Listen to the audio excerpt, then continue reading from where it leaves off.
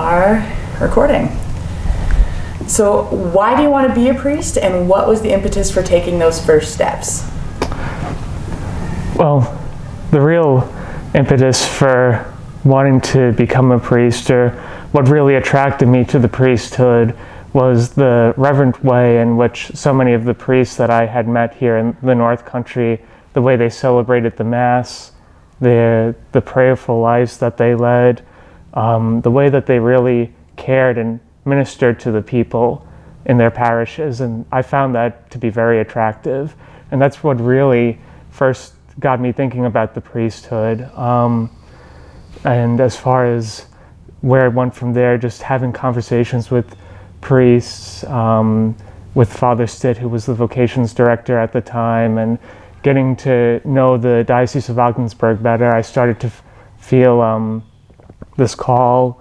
I felt a further sense of wanting to minister to the people of the North Country. What excites you about the priesthood or about ministry in general?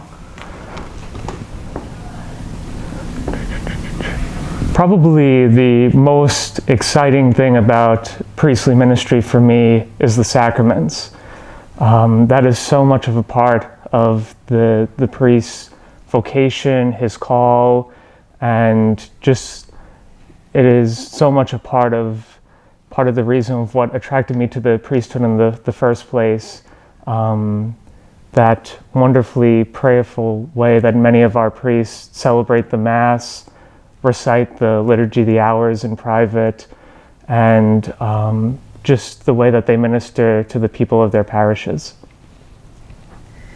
What do you find most encouraging or enjoyable about seminary life?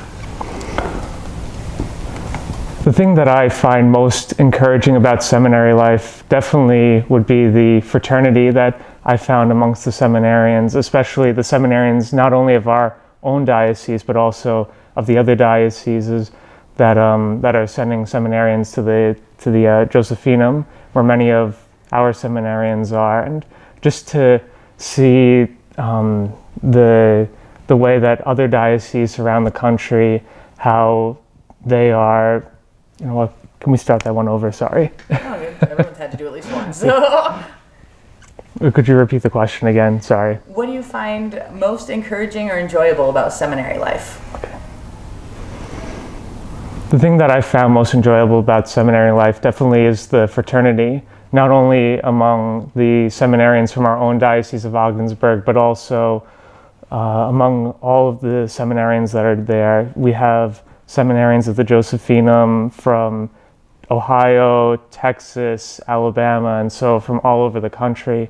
And it's so encouraging to see so many wonderful young men pursuing their call from all across the country. It really gives you a nice, wonderful, wider perspective on the universal church, the church in America, and this wonderful growing fraternity amongst the guys there. Awesome. What surprised you about either the discernment process or about the seminary? Probably the most surprising thing about entering seminary formation was what an enjoyable experience I found. I knew that the transition might be difficult, but I was surprised at the ease at which it occurred. Going in, you have this kind of image of seminary life, guys in cassocks going around chanting all day. But it's really a lot more than that. There's of course, the academic side of things, going to classes just like any other regular school. But there also is that greater sense of fraternity amongst the seminarians in seminary, and that really helps to make it easy to come in, to bond with these guys. And it really helped with the process in a way I was not expecting. How have you grown in your knowledge and relationship with God and with yourself? Definitely the celebration of the sacraments have been a huge factor for me in my discernment and my growing closer to God. reciting of the Liturgy of the Hours in community with all of my fellow seminarians definitely has had a huge impact and has been a huge growth factor.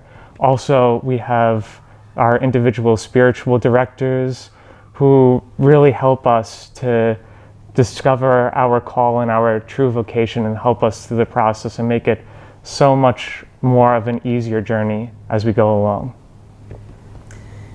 Anything else that you think people should know about discernment, about a vocation to the priesthood, about your process? Anything else in general you'd like to share with people who might be visiting the Vocations website? Definitely, even if you just have even just the smallest idea of a call, talk to somebody about it. Find a trusted priest, deacon, and have a conversation with them. Let's start that one over again, sorry. So what else do you think people should know about vocations, about the priesthood, about your process, about any formation, anything in general that I haven't asked about? Definitely find a priest or a deacon who you trust to talk with them, even if you just have the smallest idea, or if you've ever had the idea that you may be having this priestly vocation. Finding a trusted source, a sounding board to talk to definitely was a large part of my discernment, and it really is a very integral part in discovering what God is asking you to do in your life.